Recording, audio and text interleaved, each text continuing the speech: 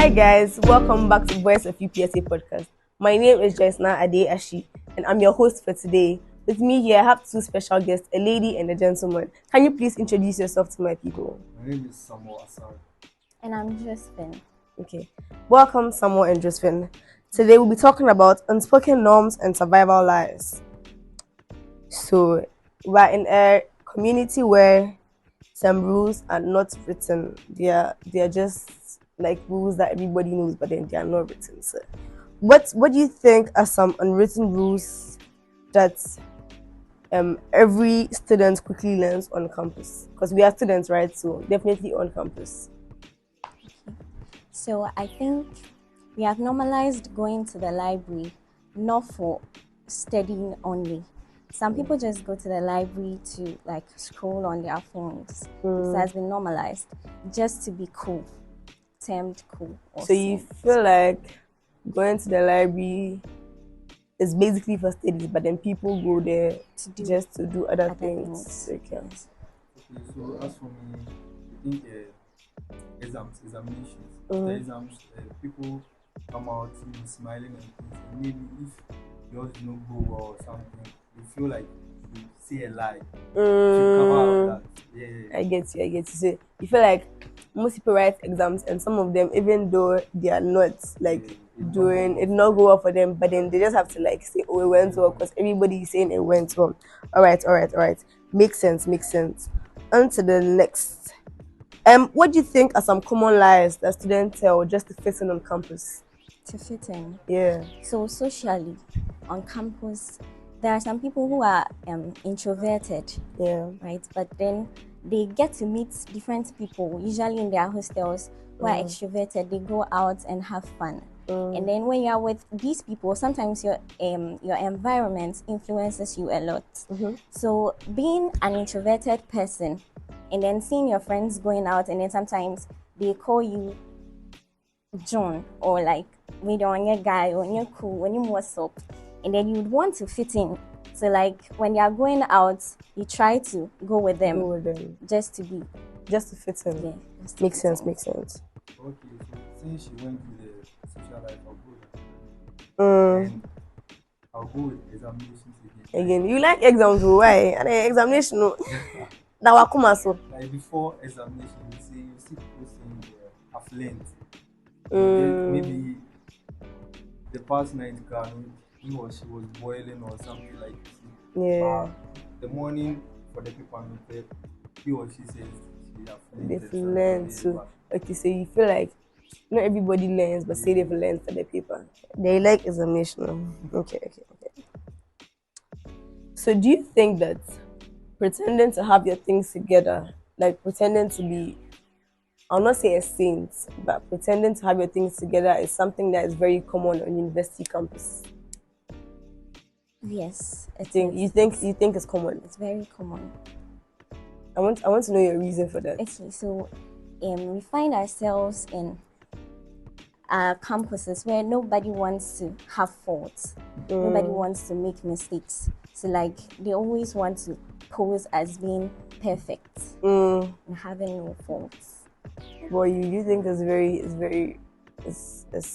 seen a lot on campus? Yeah. Can you please speak up for me? Yes. The reason is, we are in, let's say, university world. So everybody seems to be like, want to be a perfect version of him or herself. So maybe you don't even have money or something to pose yourself as a DB or an outgoing person. Yeah. You just try to lie about some things to fit in. Makes sense. Okay. So how do you think peer pressure shapes individual students' lives?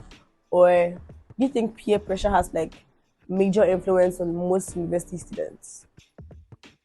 The question again, please. Do you think peer pressure has influence on most university students?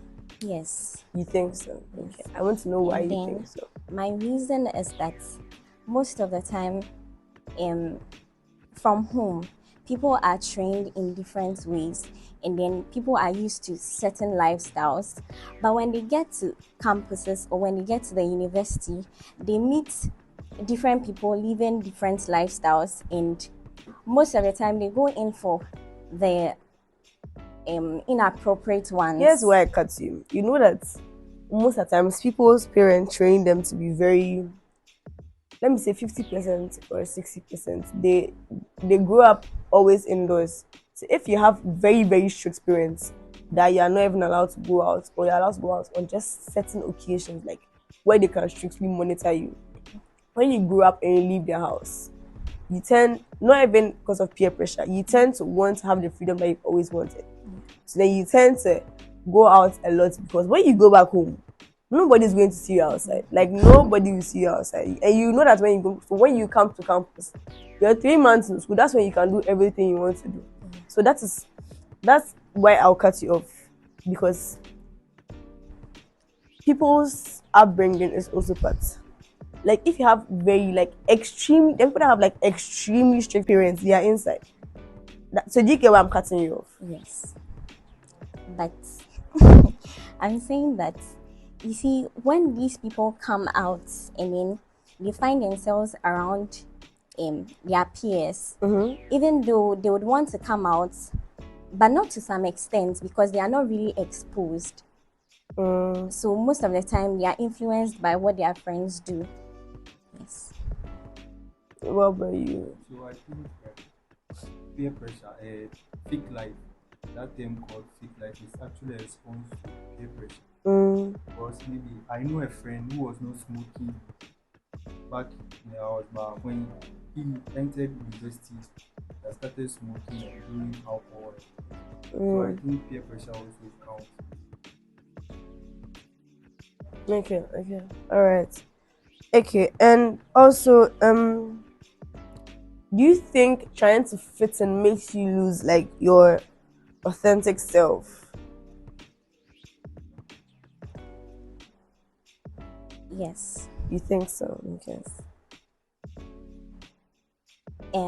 My reason is that sometimes while trying to fit in, you tend to become someone else. Yeah. Yes.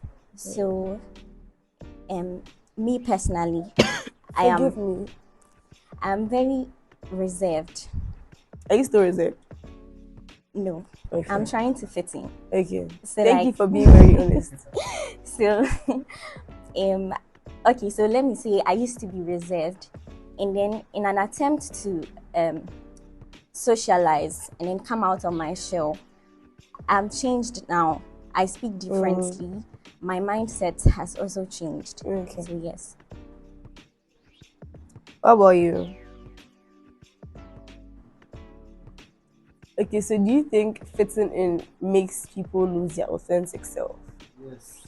You lose it totally. Somehow totally.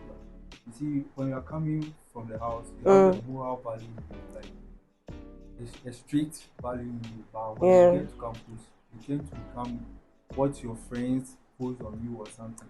But don't you think that you should also influence yourself? People are saying your friends, your people influence. Don't you think you should also influence somebody? Is hard. Let's say it's hard in some way. You know that I feel like generally because of friend groups. That is why your friends have major influence. If you have friends that don't smoke, don't drink, you end up not smoking or drinking. But if majority of your friends smoke and drink, you end up smoking and drinking. So are you saying that it would have to start with yourself? I'm saying that sometimes you just need a willpower. Like, you need to be firm. You need to say no. Do you get what I'm saying? Like when you become friends, You start shaking. it's 4 years and you cannot be firm throughout. Oh, I'm not even like there are some cases where you can like try and adapt, but most of the times, like, if you feel like that's not your thing, you should be firm about it. That's what I'm saying. Okay, all right, guys. Thank you for being here. I'm your host, James Nade. Actually, don't forget to like, comment, share, subscribe, follow us on all social media platforms. Thank you.